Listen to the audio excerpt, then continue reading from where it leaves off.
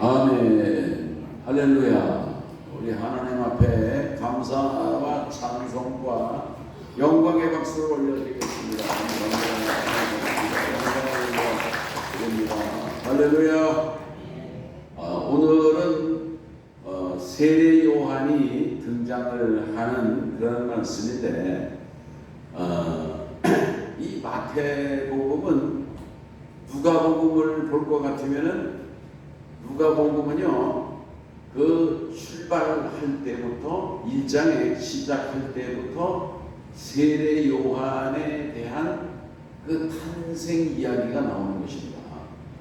마태복음은 처음에는 아브라함과 다윗의 자손 족보로 시작을 해가지고 이제 예수님이 마리아를 통해서 잉태되고 이제 아기를 낳게 될 것이라고 하는, 그리고 예수님이 베들레헴에 탄생하시고 동방박사들의 경배를 받고, 그리고 그 꿈에 하나님께서 요셉에게 애굽으로 피난을 가라, 그래가지고 애굽에 피난을 갔다가 애굽에서 있다가 또 하나님의 그 천사가 꿈에 헤롯이 죽었느니라, 유대 땅으로 가라. 그 유대 땅으로 가기에 그 요셉이가 염려가 돼요. 거기 헤롯의 아들들이 그 세 왕이 나눠서 이제 유대 땅을 다스리니까, 그러니까 아버지처럼 또 그 유아들을 학살하면은 이게 불안하단 말이에요. 근데 그 천사가 꿈에 갈릴리로 가라. 갈릴리는 거기는 사람이 찾아오지 않는 땅이에요. 거기는 버림받은 땅인 것입니다. 아주 낙후된 지역이에요. 우리 한국으로 얘기하면 무슨 화전민이나 뭐 산속에 한번 들어가면은 나오지도 않고 들어오는 사람도 없고, 옛날에 그런 데가 있었거든요. 이를테면 갈릴리 나사렛이라는 곳이 그런 곳이다, 그런 얘기예요.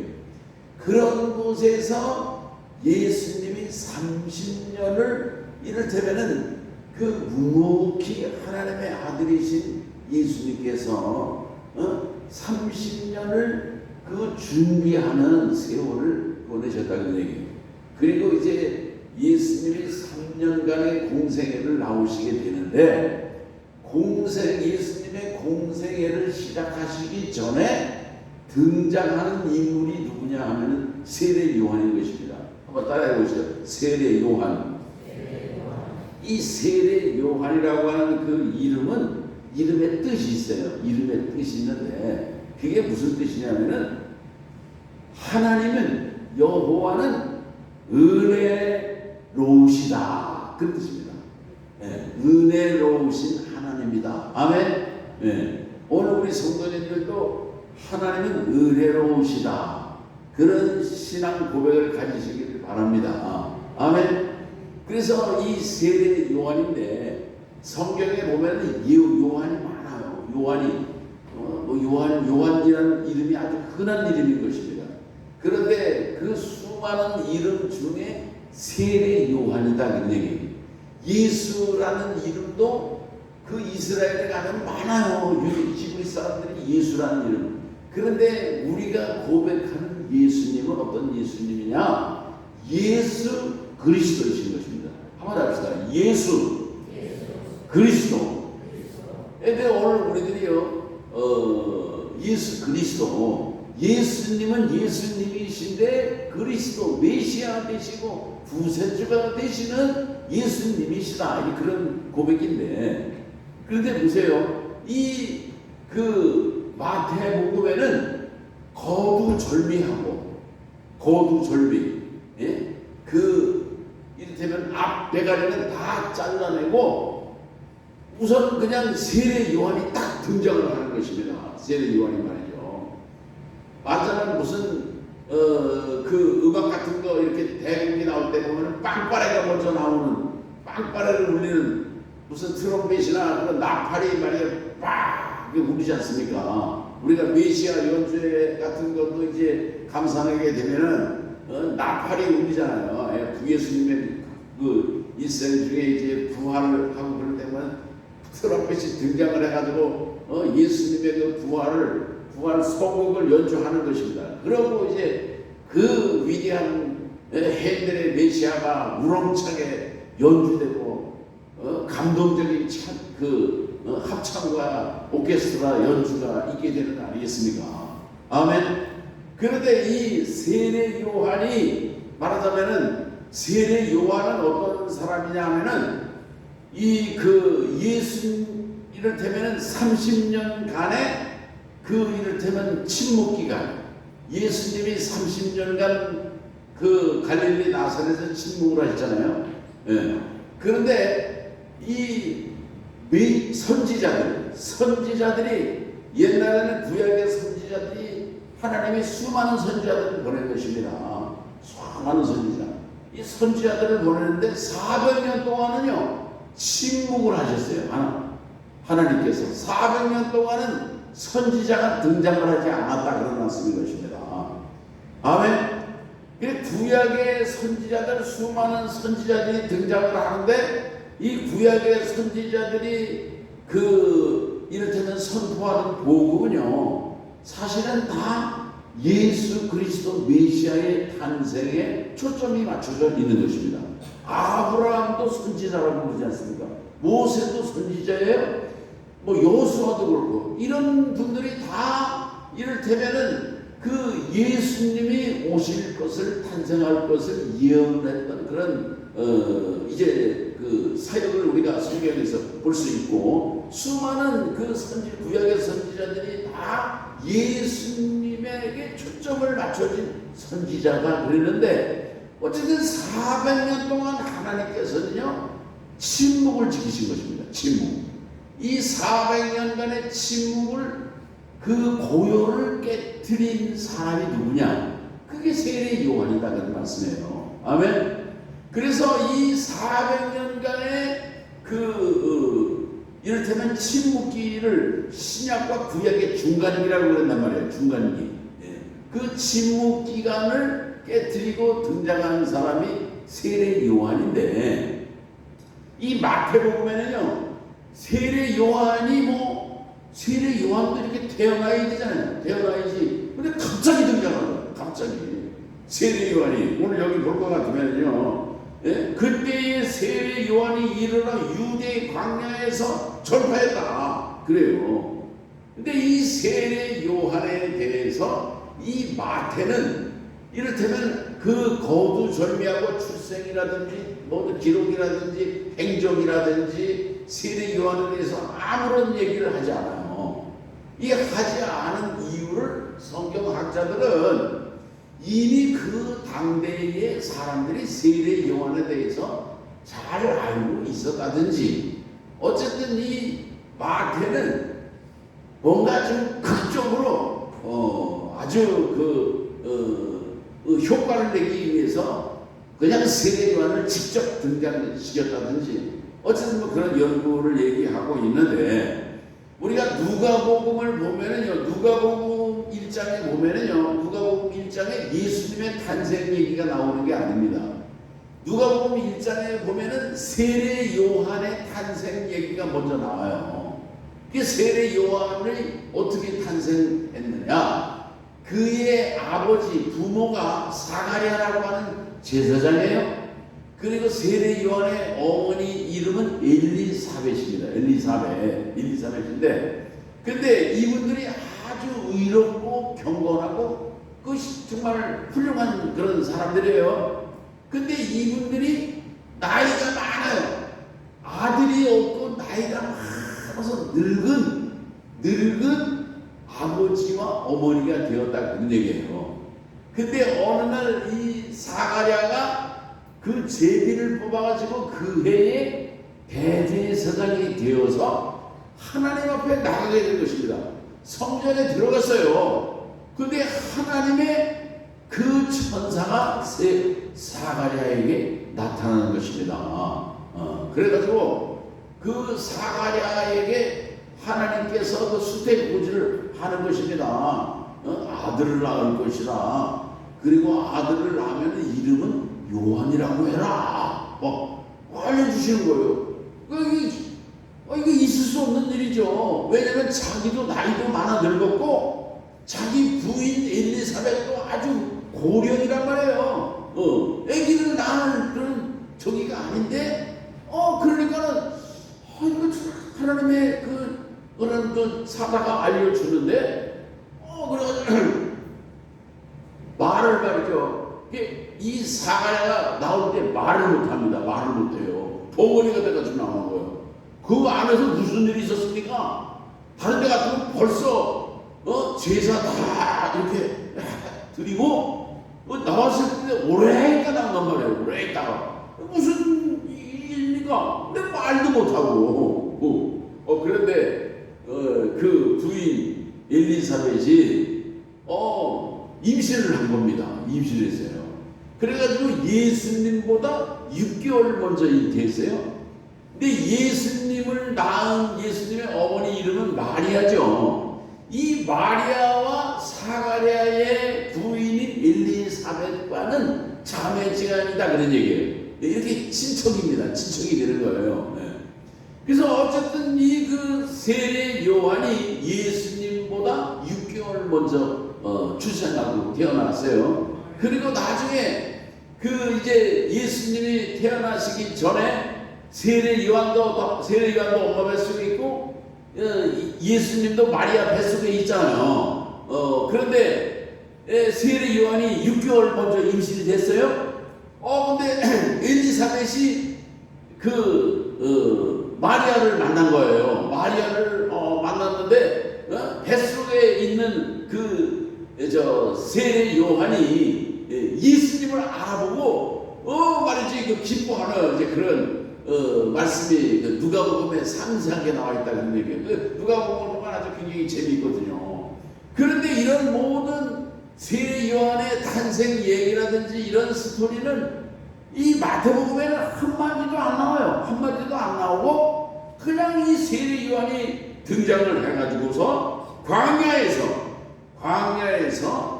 전파했다. 광야가 무엇입니까? 광야가 빈 들이거든요. 이 세례 요한의 삶을 보면은요, 그 세례 요한은 어려서부터 태어나면서부터 나시린이에요.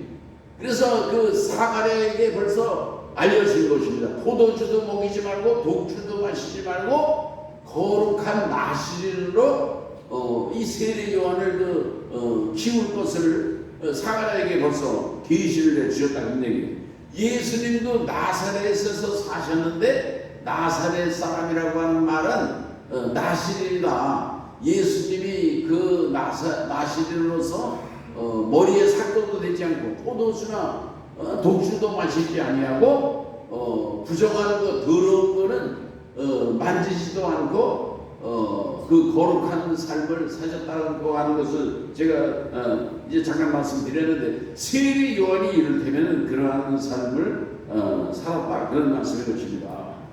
그리고 이 세례 요한의 탄생에 대해서도요 구약 성경에 그 예언이 있는 것입니다. 이사야 40장 3절에서 5절 말씀에 보면은 그 세례 요한이 탄생돼서 광야에서 이를테면 선포하게 될 것이며 이 모든 것이 예언이 되어 있어요. 그래서 이 세례 요한도 예수님과 마찬가지로 예언을 통해 가지고서 오신 분이다. 우리가 그렇게 볼 수가 있는 것이고, 이 세례 요한은 거룩하게 구별된 나시린으로 살면서 어려서부터 사색을 하고, 그리고 은거 생활, 사람들 앞에 나서서 사람들과 이렇게 어울려서 사회생활을 즐겨하는 그런 삶이 아니라 혼자 고독하게 하나님 앞에 경건되기를 힘쓰는 그런 삶을 살았다 하는 것을 성경에 말씀하고 있는 것입니다. 그래서 누가복음 1장 80절에 보면은요, 아기가 자라며 강하여지고 이스라엘에게 나타나는 날까지 빈 들에 있으니라. 아멘. 그러니까 이 사가랴의 삶도 이스라엘에게 공개적으로 나타나서 활동하는 시점까지 그 엘리야처럼 빈 들판에서 아마 무슨 뭐 하여튼 그 동굴이든지 뭐 이스라엘에 가면은 동굴이 많아요. 거기는 그 석회암 그 지대가 돼가지고 산도 보면은요, 그게 다 석회암이에요. 그래서 파면은 이게 다 이게 저 바위에도 다 파집니다. 이렇게 파져요. 그런데 그게 이제 다 파졌는데 이게 그 공기를 만나면은 딱딱하게 굳어가지고 그냥 그 석회 그 굴에서 살기도 하고 집이 되기도 하고 그렇게 이제 되거든요. 터키에 가면은 카타콤베라고 하는 그런 이제 그 동굴이 있는데 거기도 역시 석회암 동굴입니다. 그래서 그냥 뭐 긁어내면 파져요. 지나면 단단한 걸로 그리고 거기 뭐 집도 짓고 뭐 이렇게 공간도 만들고 뭐 거기 성전도 만들고 이제 그런 걸 우리가 볼 수가 있는데, 어쨌든 이 세례 요한이 빈 들판의 동굴에서 그렇게 생활을 하면서 옷은 어떤 옷을 입었느냐? 낙타털 옷을 입었다는 거예요.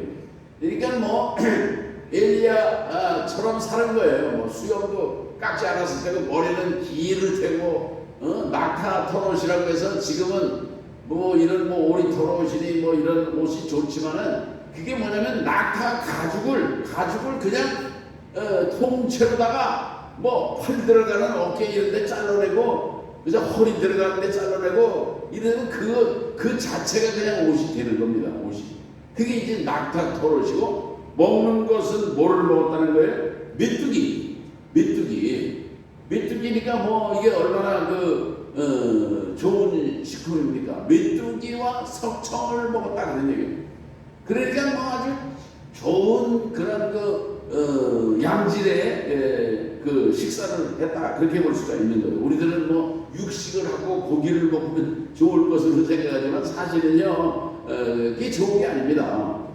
옛날에 보면은 그 어렸을 때 우리가 보면은요 그 노인네들, 어른들 또 이렇게 집에서 일하는 머슴들이나 옛날에 식모가 있었거든요. 그런 사람들은 다 보리밥 같은 거죠. 보리밥 뭐 그런 거죠. 그리고 이제 그 쌀밥이나 이런 거는 다 그 주인집이나 남자들 뭐 이렇게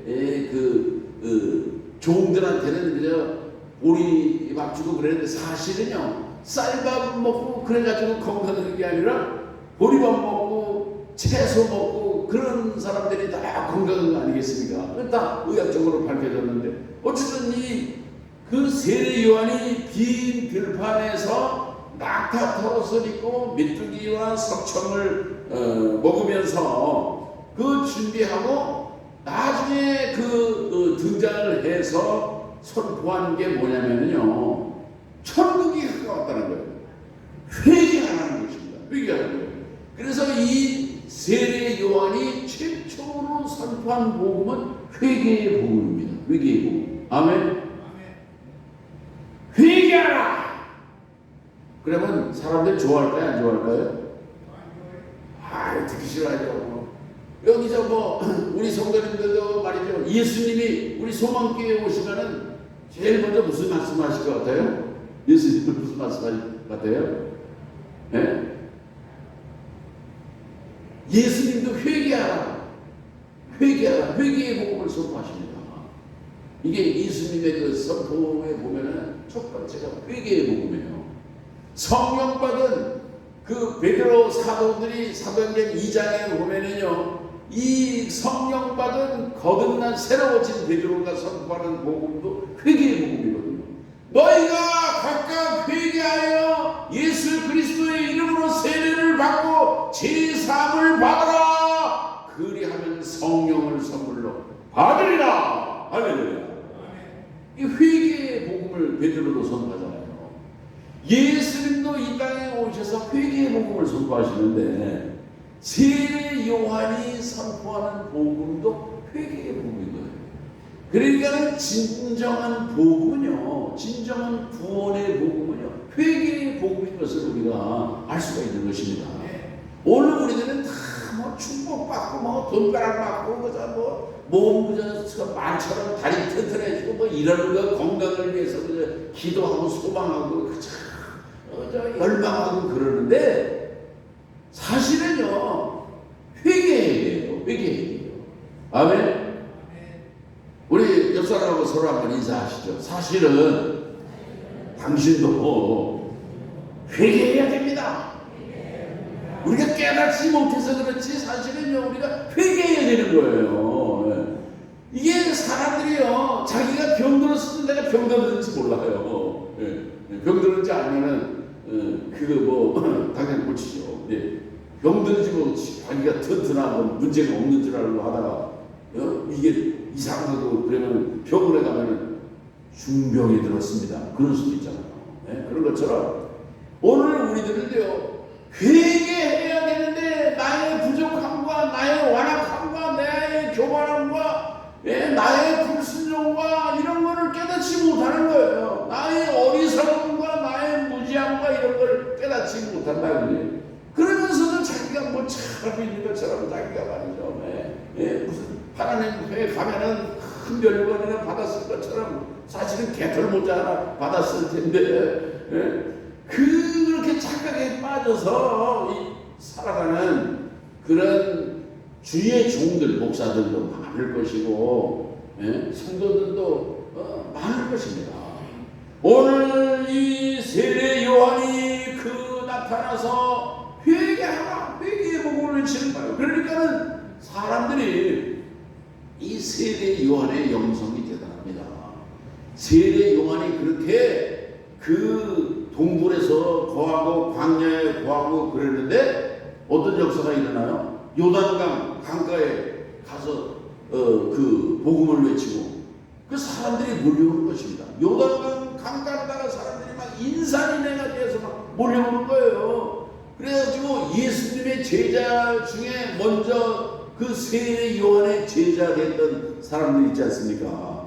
그 제자들이 나중에는 예수님의 제자가 되거든요. 근데 그 세례 요한에게 사람들이 회개하라 막 말이지. 그 천국이 가까웠느니라 막 그러고 이렇게 하니까 사람들이 무리들이 군중들이 물어보는 거예요. 우리는 어떻게 해야 돼? 회개하는 게 어떻게 하는 거냐고. 말로 회개해야 되는 거냐고. 그랬더니만은 세례 요한이 뭐라 그래요? 두 번 있는 자는 두 번 있는 자는 한 번을 나눠줘라는 거예요. 두 번 있는 자는 한 번을 나눠줘. 이게 세례 요한이 외친 복음입니다. 아멘. 오늘 우리들도 이 물질을 가지고 선을 베풀고 구제하고 사랑을 나눠줄 수 있기를 바라는 것입니다. 아멘. 우리가 그렇게 하면은요 천도가 돼요. 복음의 능력이 역사하는 것입니다. 진짜 사랑이 있구나. 성도들은 교회는 메마르지 않았구나. 세상은 각박해요. 세상은요 살벌해요. 그러나 이 하나님의 자녀들 교회는 다르구나. 오늘 우리들은요 두 번 있는 자는 나눠주라고 하는, 여기는 안 나오지만 누가복음에 나오거든요. 두 번 있는 자는 나눠주라고 하는 세례 요한의 그 회개의 복음에 귀를 기울이실 수 있기를 바라는 것입니다. 그 다음에는요 세리들이 등장을 하는 거예요. 세례 요한이시여, 우리는 세리인데 우리는 그러면 어떻게 해야 되겠습니까? 그러니까 뭐라고 그래요? 부과된 세 이외에는, 적정한 세 이외에는 받지 말아라. 이 세리는 세금 징수권이 있어가지고 명목을 붙여가지고 이것도 뜯어내고 저것도 뜯어내고 다 그래가지고 자기 배불리하고 착복하고 그랬는데, 부과된 정한세 이외에는 받지 말아라. 이렇게 그 세례 요한이 세리들에게 이를테면 생활 속에서 정직하고 공정한 공의로운 삶을 살 것을 선포하는 회개의 복음을 증거했다는 얘기예요. 오늘 우리의 삶의 자리에 공정과 공의, 정의, 정직이 실현되는 그런 세상을 만들어갈 수 있기를 바라는 것입니다. 이게 세례 요한이 선포한 복음이다 그런 얘기예요. 그 다음에는 이제 군인들이 등장하잖아요. 군인들. 이 군인들이 그 당시에는요 군인들이 망했어요. 지금은 뭐 우리 대한민국 같은 경우 군인들은 별거 아니죠.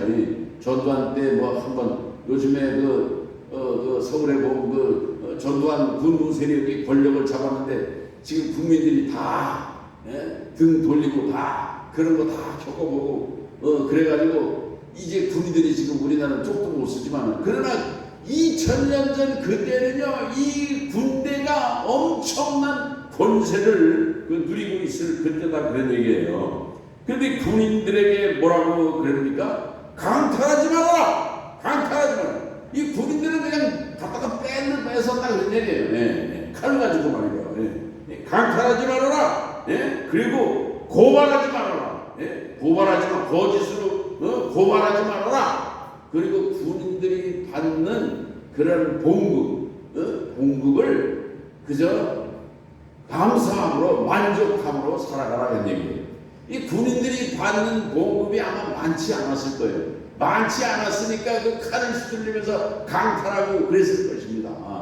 오늘 우리의 삶 속에 뭔가 이렇게 좀 부족한 것 같아도 자족하면서 살아가실 수 있는 은혜가 있으시기를 바라는 것입니다. 거짓으로 고소하고 고발하고 그저 해가지고서 지금 우리 세상에 보면은요 이 거짓 이게 이런 일들이 얼마나 많이 사기 쳐먹고 말이죠. 이루어갈 수 없어요. 이 세상이 다 그렇게 불의한 세상이 되고 있는 거 아니겠습니까? 오늘 우리들은 이 세례 요한이 외친 회개의 복음, 회개의 복음을 오늘 우리의 삶 속에서 정말 실천하는 그런 성도로 살아갈 수 있기를 바라고요. 그래가지고 사람들이 이 세례 요한을 메시아일 것이다 그렇게 확신했어요. 당신이 우리가 기다리는 메시아죠. 사람들이 다 그렇게 이 세례 요한을 떠받들었다 그런 얘기예요. 그때의 세례 요한이 뭐라고 하시는지 아십니까? 아니다. 내가 아니야.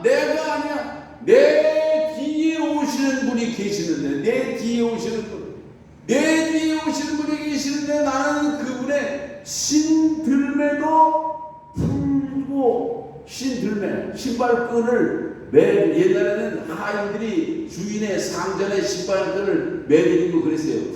가죽 신발을 신으죠. 가죽 신발. 이런 신발도 매드리고 풀어드리고 그렇게 할 주제가 못 된다 그런 얘기인 거예요. 그러니까 예수님이 얼마나 놀라우고 위대하신 분이라고 하는 것을 이 세례 요한은 그 선구자가 되어서 광야의 길을 평탄케 하는 자의 사명을 이 세례 요한이 감당했다 그런 말씀인 것입니다. 아멘. 그러면서 이 세례 요한이 뭐라고 그러는 거예요? 나는 너에게 물로 세례를 주지만은 내 뒤에 오시는 분은 불과 성령으로 세례를 주실 것이다. 그래서 이 세례 요한이 예수님이 불과 성령으로 세례를 베푸실 분임을 선포했다 그런 말씀인 것입니다. 그리고 이 세례 요한은요 두려움이 없는 사람이에요. 사람들은 다 쫄아가지고 살거든요. 두려움과 공포 속에서 살아요. 제가 우리 친구 목사님 중에 조기은퇴라는 분이 있어요. 조기은퇴. 근데 이번 얼마 전에 만났다니면 공황장애가 왔대요.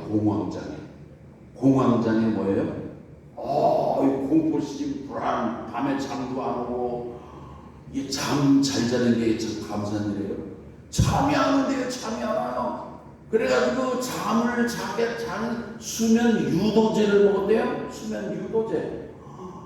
그래가지고 이걸 먹어야지 또 잠을 자는 것이고, 그 다음에 무슨 졸피뎀을 처방을 할 때, 졸피뎀을 이걸 마약이거든요. 마약. 너무너무 고통을 한 달 반 동안 고통을 당했는데, 지금은 극복을 했다고 그러더라고요. 그래서 나는 참, 그런 일이 다 있고, 그 사람은 젊은 사람이거든요. 젊은 뭐 은퇴를 했지만은 하여튼간에 건강한 사람이거든요. 건강한 무슨 병이 있고 그런데도 그런 고통을 해요. 이 잠을 못 자는 게 참 이게 얼마나 이게 말이지 고통인지 몰라요. 우리 성도님들 잠 잘 주무십니까? 아멘. 잠 잘 자는 거 하나님은 사랑하는 자에게 잠을 주신다 그러는데 잠 잘 자는 게 얼마나 감사한 일인지 몰라요. 잠만 잘 자도 할렐루야 할렐루야. 괜히 뭐 다른 무슨 뭐 욕심 그런 거 가질 필요가 없는 것입니다. 잠만 편안하게 잘 자고 그저 아침에 말이지 건강하게 눈 뜨는 것만 해도 얼마나 감사한 일이냐 그런 얘기예요. 이 세례 요한이 그 두려움이 없는 사람인데 두려움이 없어요. 그래서 그 헤롯 왕이 무슨 일을 저질렀냐면요, 이 사람이 자기 동생 부인이 이뻐요. 그래가지고서 자기 동생 부인을 지 부인으로 만들었어요. 그 여자도 참 아주 요사스러운 여자죠. 그래서 이 세례 요한이 그 헤롯 왕의 그 잘못된 그런 부정을 고발한 것입니다. 왕이 그게 무슨 짓이야? 그랬더니만은 헤롯이 세례 요한을 감옥에 가뒀어요. 감옥에 가뒀어요. 그래서 감옥에 갇혀 있어요. 그러다가 이제 그 잔칫날이 돼가지고서 그 조그만 애한테 그 헤롯이한테 왕이 소원을 들어준다는데 뭐 어떻게 할까요? 그래서 세례 요한의 목을 달라고 그래요. 그래가지고 세례 요한이 어린 소녀, 조그만 여자아이가 소원하는 것이 세례 요한의 목이라고 그래서 세례 요한이 그렇게 해서 묵뱀을 당한 거예요. 참수형을 당해서 순교한 사람이 세례 요한입니다. 어떻게 보면 세례 요한의 인생이 아주 비참하고 불행한 것 같고 정말 정말 통탄한 일이죠. 세례 요한이 말이죠. 그러나 세례 요한은요, 예수님이 오시는 길을 예비한 분이 세례 요한인 것입니다. 광야의 길을 평탄하게, 고친 길을 평탄하게, 예수님이 오실 길을 평탄하게 한 분이 세례 요한이다. 회개함으로 천국이 가까웠느니라 선포한 그 분이 세례 요한이다. 그 세례 요한의 정말 거룩하고 경건한 삶, 그리고 불의와 권세 앞에서도 두려움이 없이 담대하게 증거했던 세례 요한의 삶을 오늘 우리들도 살아갈 수 있기를 바라는 것입니다. 기도하시겠습니다. 하나님 아버지 감사합니다. 예수님이 공생에 출현하시기 전에 이제 세례 요한이 먼저 등장해서 이제 광야에 외치는 자가 되어서 이제 정말 이 세례 요한의 사명을 감당했던 것처럼 오늘 우리들도 하나님이 우리에게 주신 사명이 무엇인가를 깨닫고 오늘 우리의 사명을 감당하며 또 하나님이 부르실 때에 부끄러움 없이 주님 앞에 설 수 있는 그런 삶을 살게 하여 주시옵소서. 예수님의 이름으로 기도합니다. 아멘.